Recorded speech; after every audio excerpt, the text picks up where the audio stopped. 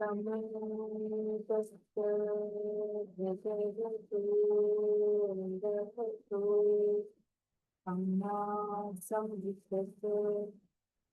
Namo Tassa Bhagavato Arahato Samma Sambuddhassa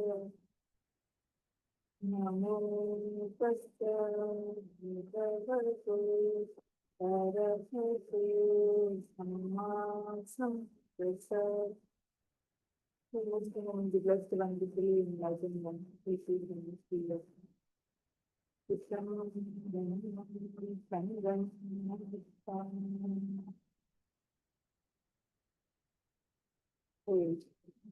evening, everyone. Today we have joined the Dhamma reading. On the next day, we are going to read two suttas from Saṃyutta Nikāya, connected discourses.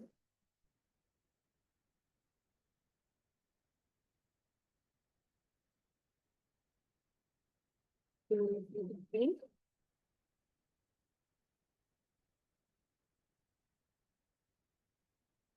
there are a couple of suttas that Sachin has mentioned. I was thinking both of them are from the chapter of dependent origination, but the way it is representing it's a little different. So Dhamma is same, but the way the Buddha has taught. So he's from Saṃyutta Nikāya, Skanda Vagga Saṃyutta, Saṃyutta Nikāya 27.1, corruption.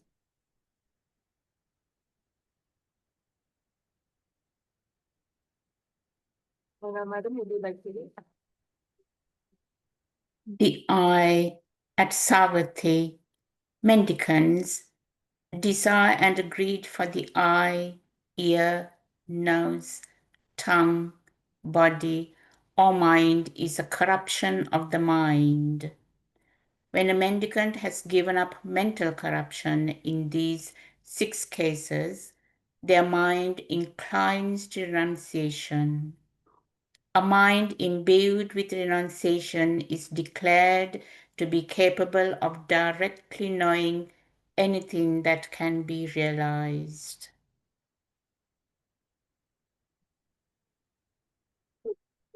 So this particular section that we are going to do. This is the eye, this is the internal sense spaces. And next thing we have external sense spaces. We have conscious, then contact, feeling, perception, intention. That's how the reading is going to be. And here, the eye, ear, all of the senses, along including the mind. Saying these are the desire and greed for all of these senses, corruption of the mind. And it is saying corruption because when we have the desire, the craving for any of these senses, definitely the mind is having tension, tightness, taken in that. So these mental corruptions avoid us from getting now. So these are the mind imbued with renunciation it is capable of directly knowing anything that can be realized. When we give up, so the tension tightness is being given up. When we do the siksha, the craving or the desire or the greed for any of these 6 senses is removed. And then our mind is free. And then the mind, we can incline our mind to the truth, the realization of the truth.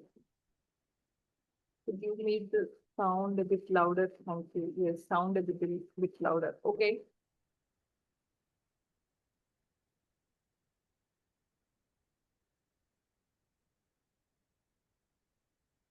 So this is the second, these are the external.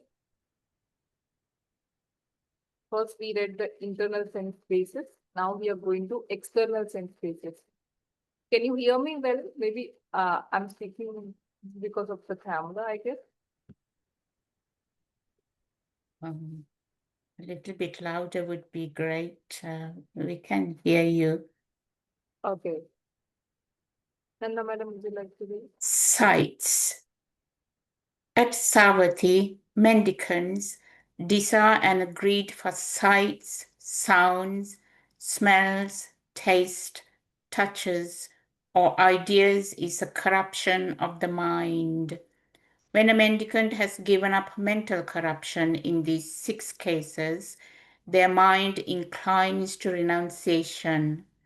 A mind imbued with renunciation is declared to be capable of directly knowing anything that can be realized.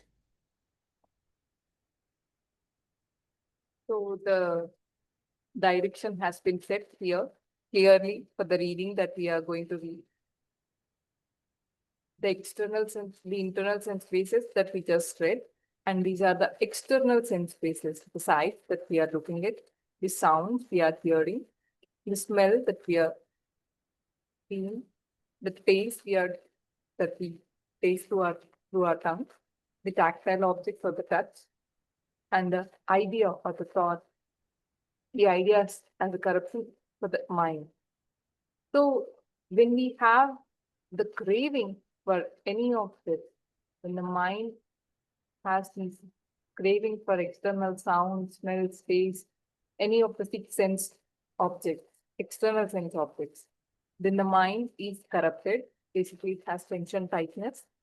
And when we do the 6 R's, when we recognize that the mind is corrupted, recognize that the hindrance, that the craving has arisen, release it, relax it, re-smile, and return to happy, clear mind.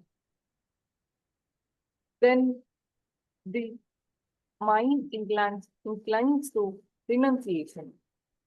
And here, when we say renunciation, it's not like renouncing the whole worldly thing and getting into the sangha of the bhikkhus or bhikkhunis. Here, we are detaching our mind from the craving objects or the senses, renouncing from that all of the senses, and then letting it know that this is the truth, that this has been happening. This is the truth, and this is the present that we can live in. This is the happiness that we can experience in the loving kindness. So this can be realized, and this can be directly known only when we do the 6 R's, let go of those cravings, and then come back. Really great. Each and every word that is given here has a lot of active participation in our meditation. So now we read internal sense bases, external sense bases. Now we see its sense base consciousness. Consciousness. At Savatthi, mendicants desire and greed for eye consciousness, ear consciousness, nose consciousness, tongue consciousness, body consciousness, or mind consciousness is a corruption of the mind. When a mendicant has given up mental corruption in these 6 cases, their mind inclines to renunciation. A mind imbued with renunciation is declared to be capable of directly knowing anything that can be realized.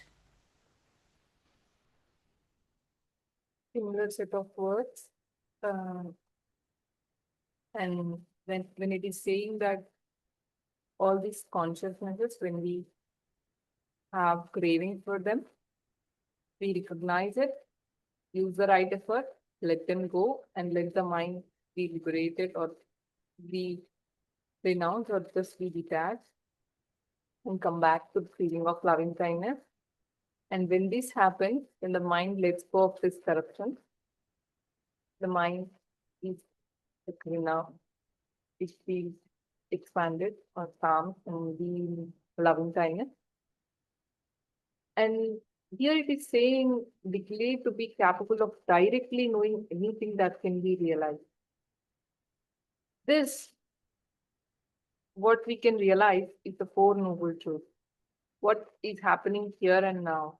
The first noble truth, that there is suffering, there is a desire, and if that desire is not being fulfilled, we suffer.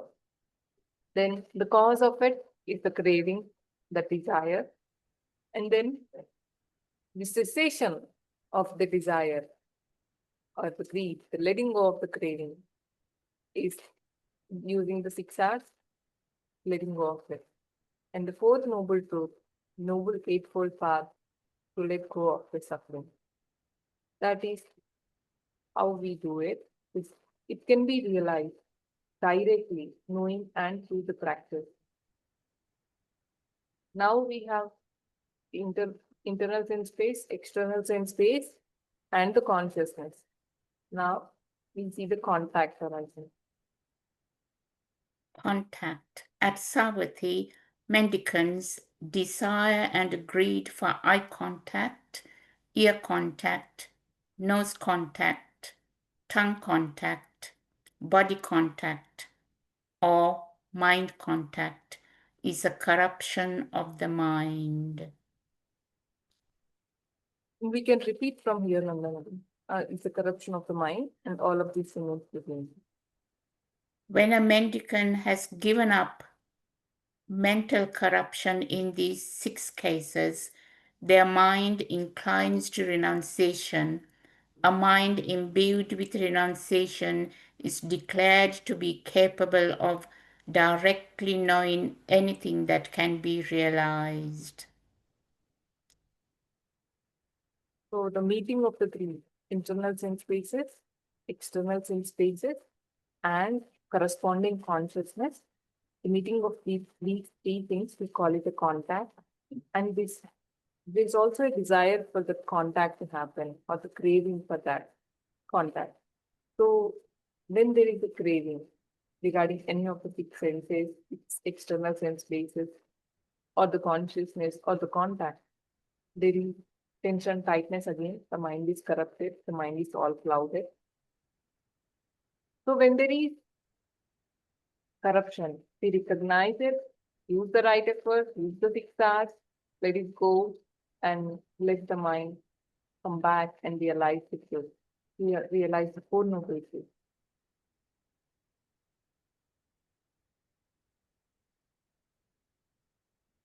When there is a Feeling. contact, there is a feeling. So now we are using feeling. Feeling. At Savatthi, mendicants desire and greed for feeling born of eye contact, feeling born of ear contact, feeling born of nose contact, feeling born of tongue contact, feeling born of body contact, or feeling born of mind contact is a defilement of the mind.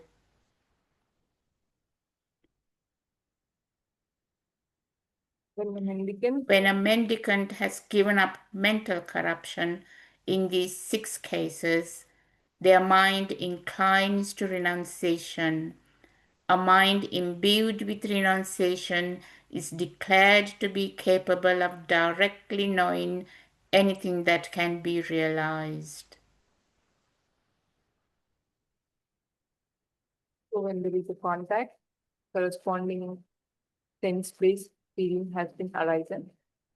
And anytime there is a craving for that feeling to arise, then there is the mind having tension, tightness present in it. That craving is present. As soon as we see that the craving is there for that feeling to be born with that contact, we recognize it, use the 6 R's, let it go. And in the here and now, when we practice it, we see Four Noble Truths. We are practicing the right effort, and then letting the mind come back into the feeling of loving kindness.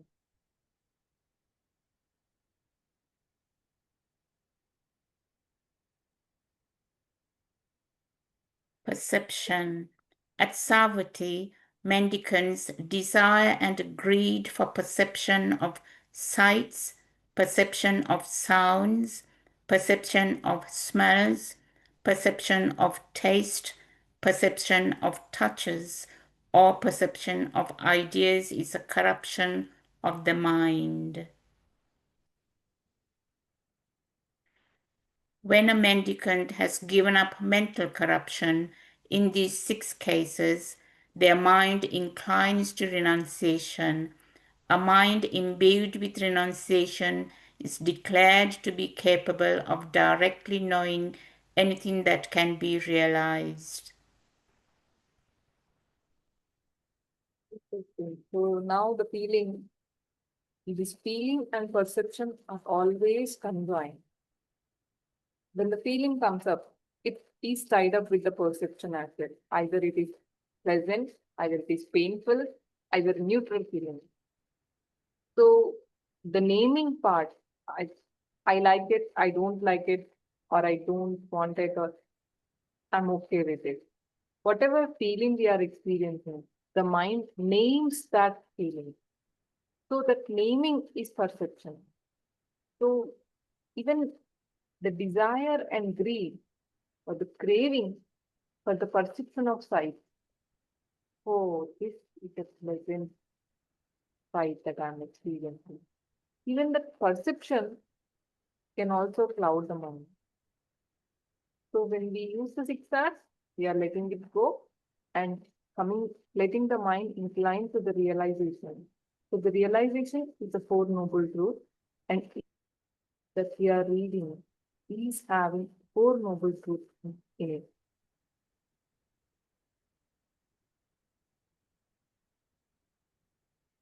Intention. At Savatthi, mendicants, desire and greed for intention regarding sights, intention regarding sounds, intention regarding smells, intention regarding tastes, intention regarding touches, or intention regarding ideas is a corruption of the mind.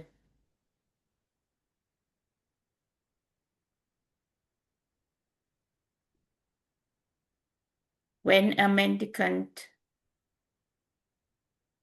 has given up mental corruption in these 6 cases, their mind inclines to renunciation. A mind imbued with renunciation is declared to be capable of directly knowing anything that can be realized.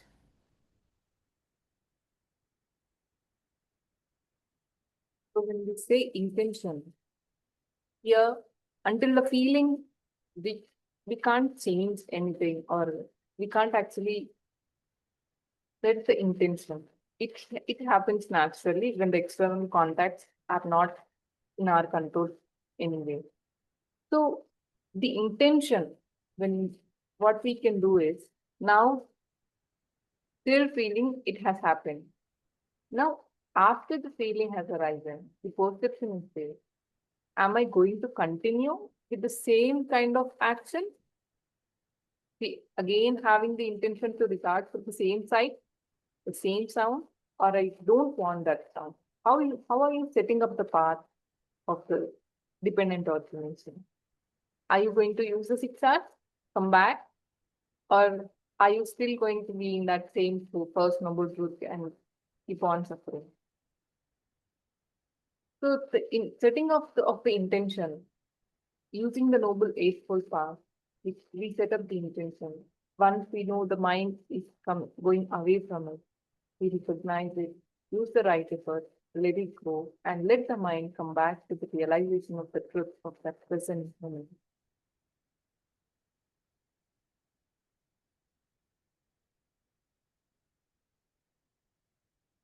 Craving.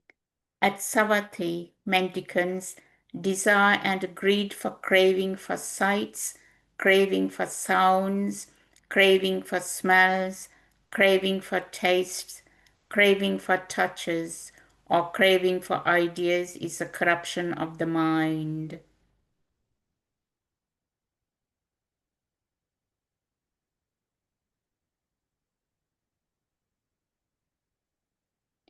When a mendicant has given up mental corruption, in these 6 cases, their mind inclines to renunciation. A mind imbued with renunciation is declared to be capable of directly knowing anything that can be realized.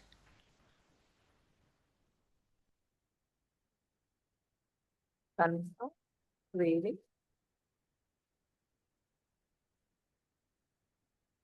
So now, just before the craving has arisen, you know what is happening. This is actually a very fine thing that happens over a period. We can recognize it. What's the inclination of the mind? What's the intention that before it's happening? So definitely, this is how we all started our practice. There's a craving. Then we see, I like it, I don't like it. So there is a tension tightness regarding the six sense spaces, and we let it go, relax, and let the mind come back and incline. And this inclination happens gradually. And gradually, over a period of time, our mind starts inclining towards the Dhamma.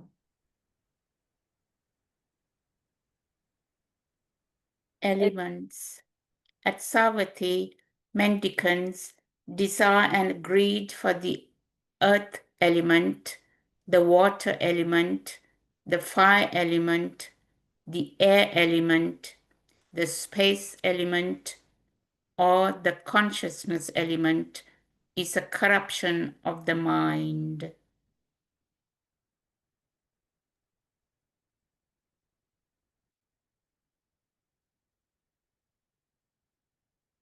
When a mendicant has given up mental corruption, in these 6 cases, their mind inclines to renunciation. A mind imbued with renunciation is declared to be capable of directly knowing anything that can be realized.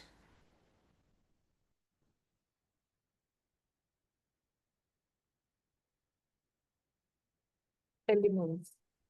So all of the 5 aggregates, when we say the first aggregate, the form. The form is basically whatever the body that is having internally. It's earth element, water element, fire element, air element, and space element.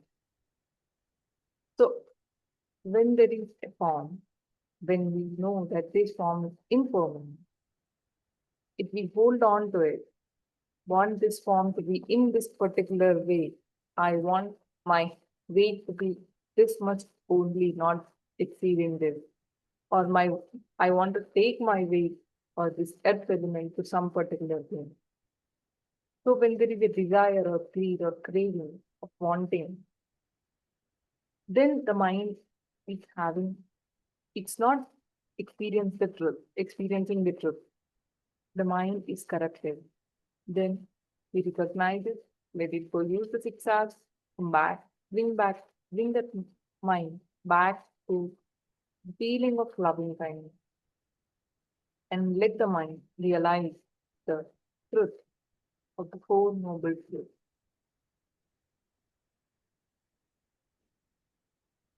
The aggregate. The aggregates. At Savatthi, mendicants' desire and greed for form, feeling, perception, choices, or consciousness is a corruption of the mind. When a mendicant has given up mental corruption, in these 5 cases, their mind inclines to renunciation.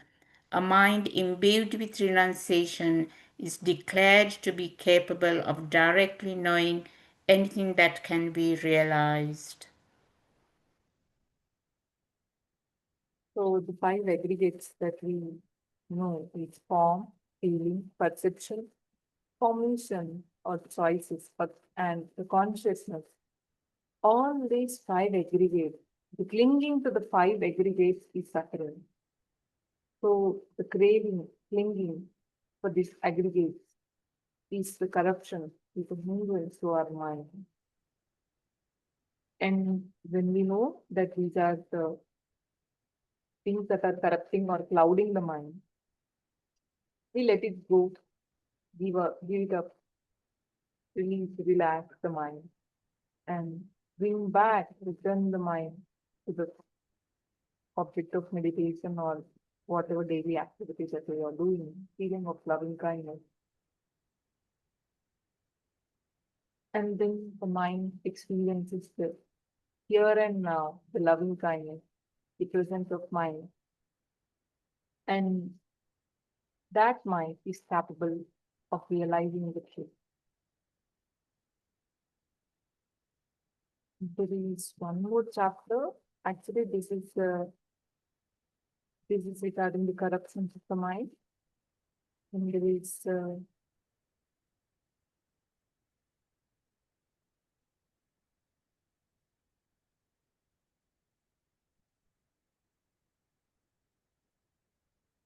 this is regarding Chakkuva, Chakkuvaka, the eye, the aggregate. So here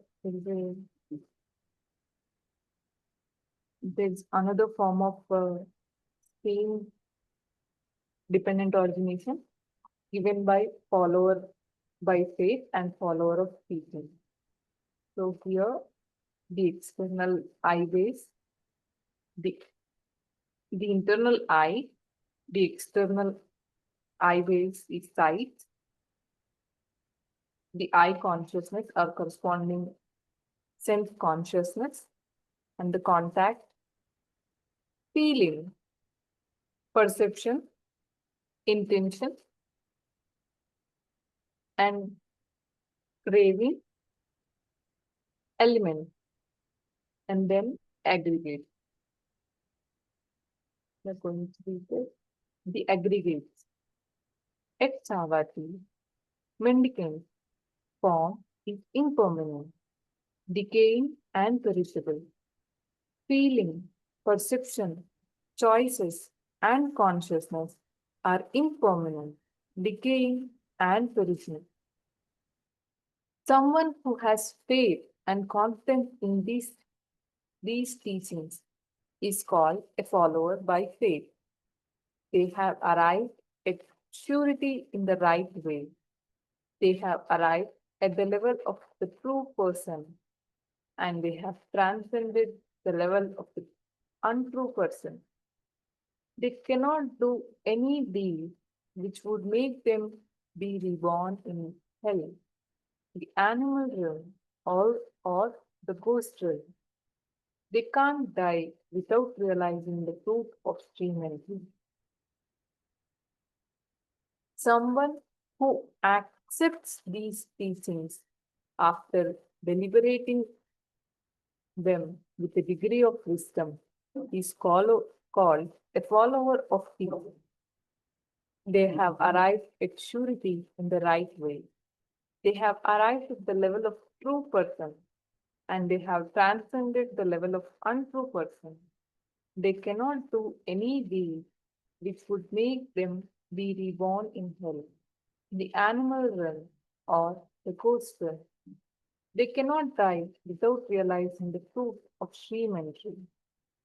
Someone who understands and sees this principle is called a stream entry, not liable to be reborn in the underworld, bound for awakening. Before going further, maybe I would also like to read this.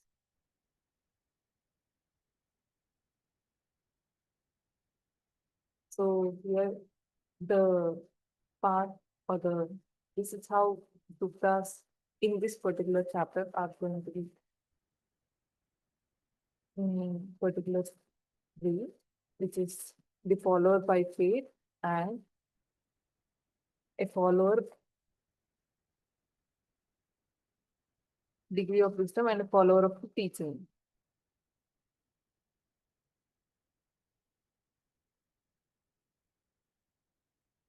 In this, the eye, the internal eye base, similarly, all other six sense bases. The eye is impermanent. All of the sense bases are impermanent. They are decaying, they are perishing. The ear, nose, tongue, body and mind are impermanent, decaying and perishing. So all of these internal sense spaces are impermanent. They are decaying and perishing. And there are these two texts that are shown, like even here in the Sutta. If someone who has faith and confidence in this teaching is called a follower by faith. And another person who accepts these teachings after thorough practice and with a degree of wisdom is called a follower of teaching. Follower by faith and follower of teaching. So seeing similar things happen with both of them, not like until the stream entry, they have to keep silent. What happens is they have arrived at purity in the right way. They have arrived at the level of true person and they have let go of untrue person. They cannot do any action that makes them reborn in hell or lower realm. They cannot die without realizing the fruit of stream entry. So this is the basic understanding, not breaking precepts. And when you know that this is the impermanent nature of all of the sense spaces, when you know that there is suffering, when you understand the Four Noble Truths, then you are going to realize stream entry. And this is regarding the I base, internal I base. This is sight. Mendicants, it's Savati, mendicants. Sights are impermanent, decaying, and perishing. Sounds, smells, taste, touch, and ideas are impermanent, decaying, and perishing. And the remaining part of the sutta remains the same.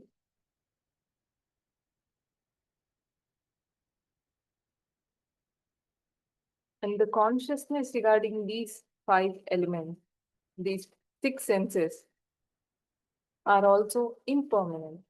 The eye consciousness is impermanent, decaying and perishing.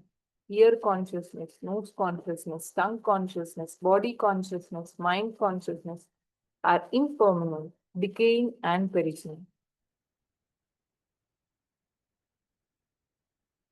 And one who is experiencing this through wisdom or by faith, they are going to realize the first stream entry in this life. Then we have contact. Even the eye contact, ear contact, nose contact, tongue contact, body contact, mind contact are impermanent, decaying and perishing. The feeling born of eye contact is impermanent, decaying and perishing. Feeling born of ear contact, feeling born of nose contact, feeling born of tongue contact, feeling born of body contact, and feeling born of mind contact are impermanent, decaying, and perishing. When the perception is impermanent, the perception of sights, perception of sounds, perception of smell, perception of taste, perception of touches, perception of ideas are impermanent, decaying, and perishing. Intention regarding sights is impermanent, decaying, and perishing. Intention regarding sounds, intention regarding smells, intention regarding taste, intention regarding touches, and intention regarding ideas are impermanent, decaying, and perishing. Craving for sight. Craving for sights is impermanent, decaying, and perishing. Craving for sounds, craving for smells, craving for taste, craving for touches, and craving for ideas are impermanent, decaying, and perishing. The earth element is impermanent. decaying and perishing.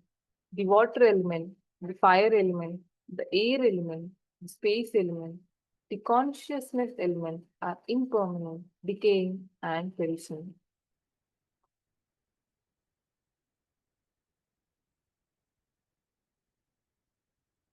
I think we already read this. Nanda madam, would you like to read this again?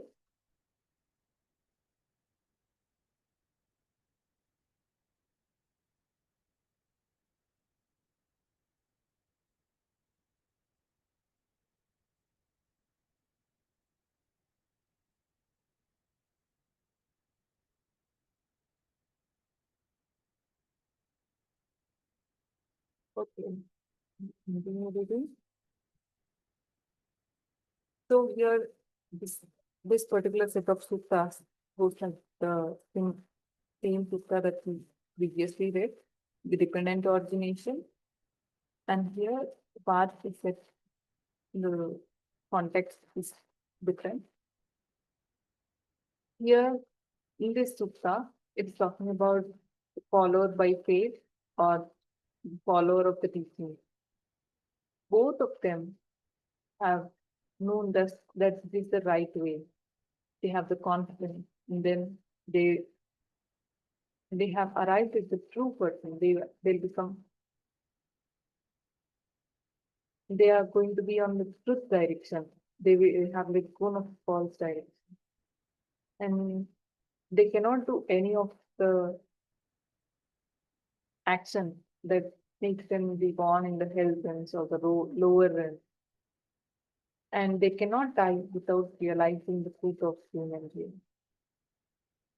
And here, in this particular set of sutta, it's like the the internal senses, the six senses, the external senses, the external sense bases, the sense-based consciousness, the contact, feeling, perception, craving, intention, and then the elements. All of these five aggregates and the flow of dependent origination. It is saying that all of these things are impermanent and they are subjected to decay and they are perishing, keep on changing, keep on degrading. Even the five aggregates, the form, the physical body, or the external form, all of these earth element, fire element, air element, space element, water element, all these forms that we are looking now, or our body, all these forms are impermanent, decaying and perishing. The feeling that we are experiencing, or the feeling we have already experienced, is also impermanent, subjected to change. And then it's not ourself or it's not mine. The perception that we have right now, or we had in the past, or that we are going to have in the future, all these perceptions are also impermanent and they are not ours, they are non-self. And when we cling to these perceptions or clinging to the forms or clinging to the feelings, our mind has craving and it becomes tight. All of this suffering of so-called samsara is caused by clinging to these any of the five aggregates. The perception is also impermanent. And when we cling that, oh, I perceive this particular thing in this way only, and I don't want to change the way I look at things or perceive things, then we cause ourselves suffering. We know that these perceptions are impermanent, and the choices that we make, the decisions or the formations are also impermanent. They keep on changing and they are decaying and perishing. When the consciousness is impermanent, decay, and raising. Any of the five aggregates, if we cling to them, we suffer. So this is suffering, there is suffering. Cling to five aggregates is suffering, the first noble truth. The cause of the suffering is craving for craving, and then the cessation of suffering is letting go of craving. To the eightfold path, we let go of the suffering, let go of the craving, and experience the cessation of suffering. Using the right effort, part of Noble Eightfold Path, and experience the mind free from suffering. Each time, little by little, when we do the 6 hours, our mind experiences this calmness and bring back that calm mind to the feeling of loving presence.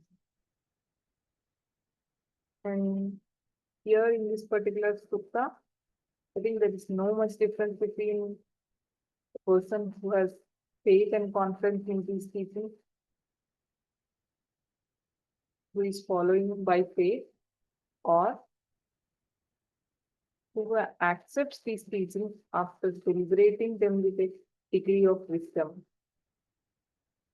who is called the follower of teachings and follower by faith. All the things remain same. Gradually, the person's understanding changes. Initially, he trains his mind, let go from youth and try to be the right person. Keep following the precepts and let go of the lower birth in the lower realm. And then he cannot die without realizing the truth of humanity. And this person who has faith and confidence in the teaching is called extreme energy and is not liable to be reborn in the underworld or the lower realm. And he is bound for everything. Once you realize the extreme the path is set to keep the precepts and increase in the awakening state. Extreme and then Sotapanna, Sakatagami, Anagami, and then Arahant.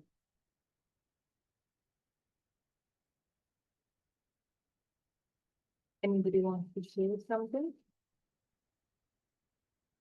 Any insights or reflection on what we have just said? Yeah, that's a beautiful reading you've chosen. These readings links the core teachings of Gautama Buddha, links the 5 aggregates and the 6 elements and the dependent origination, and explains that a faith follower and a Dhamma follower who understand these concepts incline their minds towards a stream entry, fruit of stream entry. And it does say if they haven't experienced fruit of stream entry, they're going to experience that at a death. So it shows how important to understand these Dhamma, that aggregates are not self and 6 elements are not self, and how we create suffering through not understanding the dependent origination, and how we all can experience stream entry by studying these suttas. This short set of suttas really link the core teachings so that we can understand the Four Noble Truths and the Noble Eightfold Path. Thank you very much.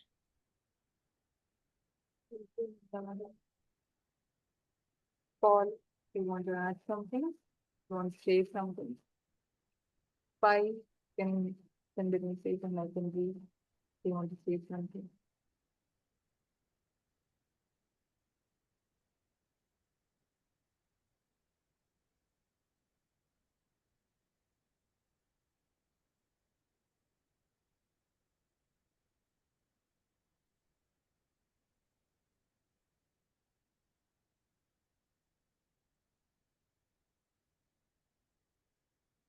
There is nobody wants to say anything. Maybe we can call it a day.